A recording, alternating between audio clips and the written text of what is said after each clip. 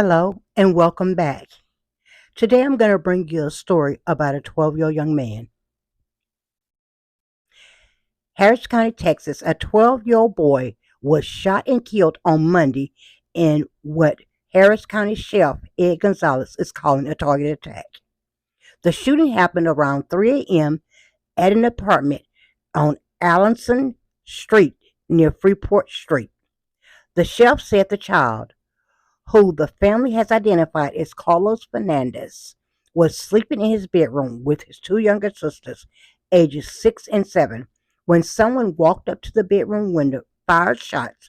Fortunately, the boy's sisters was not hurt. Neither was the mom nor another gentleman who was inside the apartment at the time. Well, the Harris County Sheriff is sending out a new plea for help finding Terry Rivera. Now, that's a man suspected of gunning down his ex-girlfriend's 12-year-old son. The child's family also came forward to ask for help. And ABC 13's Courtney Fisher was at the news conference. She is live with more on what we've learned. And Courtney, this is one of those stories that just seems to keep changing. Yeah, that's exactly right. And the sheriff acknowledged it. Melanie, I think he had to, right? Because the details from what we heard when this little boy was shot and killed on Monday aren't the same as what really happened. We're going to get into that. But first, I really want to talk about exactly what the sheriff says. The bottom line right now is that they need to find the alleged killer. They believe he is still in the Houston area. Take a look. This is him, Terry Rivera. He is charged with capital murder. This is what he looks like now, and a very strong message from Sheriff Gonzalez this morning saying, if you are helping him hide out, you will also face charges. You will also be a part of this. It was back on Monday that Carlos Hernandez was shot and killed by Rivera, who investigators now say leaned into the window where his ex-girlfriend lived. That's the mother of Carlos, and just started firing into a bedroom. There were two other little girls asleep in that bedroom, and investigators say that Carlos heard some kind of commotion and he ran in, and he ultimately died a hero, Melanie. It's believed that he kind of shielded his little sisters, ages 6 and 7, from that gunfire. He was shot multiple times. We just saw a medical examiner's report saying he was shot in the stomach and also the right arm. He died there. Now, we have been talking to Carlos's family extensively over the last couple of days, who say, specifically his mother, that her ex-boyfriend, Rivera, has a violent history. In fact, they say that he was there just as recently as Friday, showed up, broke into the house, and assaulted the mother, Carlos's mother. She told us that she begged the district attorney's office, she begged deputies on scene to press charges.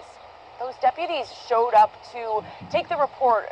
By the time they were there, they say that Rivera had already fled the scene. And so at that point, they decided ultimately not to accept charges. And that was really frustrating for Carlos's mother, she had been telling us. So I want to address that. The sheriff had to address it this morning during the press conference, and here's what he said. The information we have, and again, is that the gun being present was mentioned in our communication to the district, whoever received the call at district attorney's office. That's our information that we have. Yeah, and so that's relevant, Melanie, because part of these details, they keep changing. Two things. Deputies say they reported that there was a gun at that assault 3 days before the murder, and I spoke with somebody from the district attorney's office who said they have no record that that had been relayed to the DA's office. So somewhere there's either some confusion. Of course, the sheriff said he doesn't want to point fingers at all. He just wants to focus on finding Rivera right now. We feel that we did convey the information, and if a decision wasn't made at the end of the day, it's again a system. And for me, just personally, at the end of the day, we could point fingers all day long and say, he said, this should have happened. Hindsight's always 20/20. But, again, this transpired pretty quickly, even within 48 hours.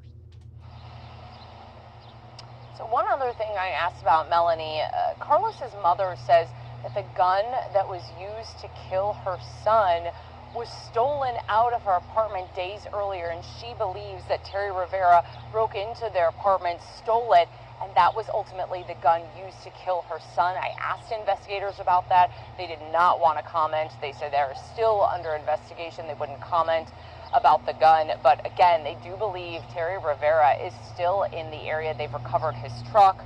They wouldn't say exactly where they think he could be, but they say if you know anything or if you've seen him, obviously they want to hear from you. Call 911. Do not approach him. They believe he's very dangerous. We'll send it back to you. Please continue to pray for Carlos Fanandez family. Thanks again for watching. Bye-bye.